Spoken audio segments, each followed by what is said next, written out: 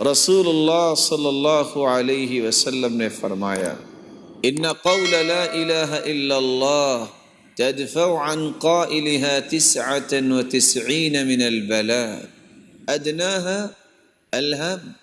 جو شخص اپنی زبان پہ لا الہ الا اللہ کے کلمات کو لے آتا ہے، اللہ رب العزت 99 بلائیں اس سے دور فرما دیتے ہیں۔ ادناها الہم، ان 99 بلاؤں میں سے سب سے چھوٹی بلا غم ہے جو اللہ رب العزت دور فرما دیتے ہیں۔ اور آج انسانیت غم کو سب سے بڑی مصیبت سمجھتی۔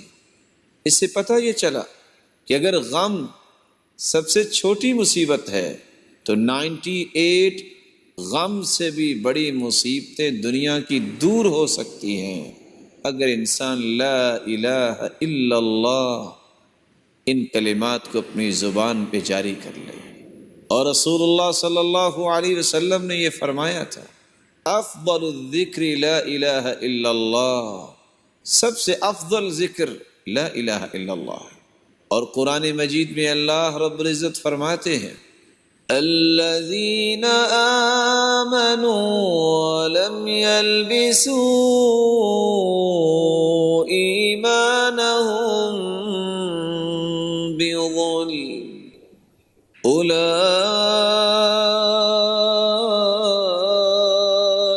لهم الامن وهم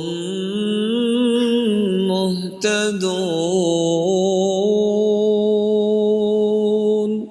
الذین آمنوا، وہ لوگ جو ایمان لائے، ولم یلبسوا ایمانہم بظلم، اور وہ اپنے ایمان میں شرک کی آمیزش نہیں کرتے، توحید کو خالص کرتے ہیں، اپنی زبان سے بھی اس بات کا اقرار کرتے ہیں کہ اللہ ایک ہے، اور اپنے دل سے تصدیق کرتے ہیں اور اپنے اعمال سے ثابت کرتے ہیں کہ ہم اللہ رب العزت کو اپنا مالک و خالق مانتے ہیں، وہ یکتا ہے۔ اللہ رب العزت آخرت میں تو ان کو انعامات سے نوازیں گے، دنیا میں ان کے لیے انعام ہے کہ امن و استقرار اللہ رب العزت نے انہی لوگوں کے لیے رکھا ہے۔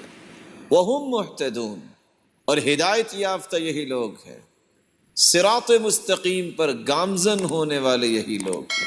انسان جب قولی عبادت اللہ کے سامنے پیش کرتا ہے، اس کی آخرت تو سنورتی ہے، اس کی دنیا بھی سنورتی ہے۔